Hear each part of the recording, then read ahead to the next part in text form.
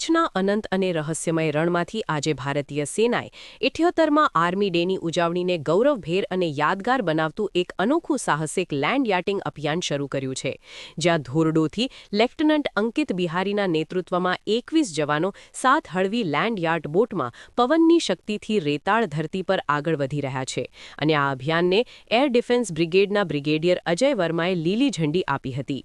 એશિયામાં માત્ર કચ્છના રણમાં જ શક્ય એવા આ લેન્ડ યાટિંગ દ્વારા સૈનિકો માત્ર સાહસનો અનુભવ નથી કરી રહ્યા, પરંતુ સરહદી વિસ્તારમાં આવેલા કચ્છના કઠિન ભૂગોળ, ખુલ્લી જમીન, રણની દિશાઓ અને કુદરતી પરિસ્થિતિઓને પણ ખૂબ નજીકથી સમજી રહ્યા છે।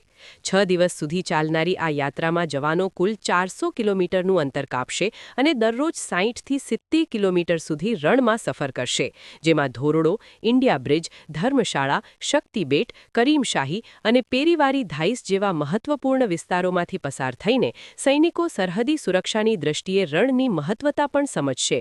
આ યાત્રા દરમિયાન માત્ર સાહસિક રમત જ નહીં, પરંતુ પર્યાવરણીય જાગૃતિ ફેલાવવાની સાથે યુવા પેઢીને દેશ સેવા માટે ભારતીય સેનામાં જોડાવા પ્રોત્સાહિત કરવાનો સંદેશ પણ આપવામાં આવશે। અને જ્યારે રણમાં તીવ્ર પવન સાથે દોડતી લેન્ડ યાર્ડ બોટો તિરંગાની શાન સાથે આગળ વધે છે, ત્યારે તે દ્રશ્ય માત્ર રોમાંચક નથી, પરંતુ સમગ્ર દેશ માટે ભારતીય સેનાના શૌર્ય, શિસ્ત, તાકાત અને અડગ દેશભક્તિનું જીવંત પ્રતીક બની જાય છે, જે 78માં આર્મી ડેની ઉજવણીને કચ્છના રણમાં એક નવી ઊંચાઈ પર પહોંચાડે છે। अधिकारियों और जो गेस्ट प्रेजेंट हैं उनको नए वर्ष और आर्मी डे 2026 की हार्दिक शुभकामनाएं देना चाहता हूं। भगवान से प्रार्थना है कि हम सब हमेशा सफलता के पाथ पर अग्रसर रहें और अपने दायित्वों को पूरी लगन और उत्कृष्टता के साथ निभाते रहें।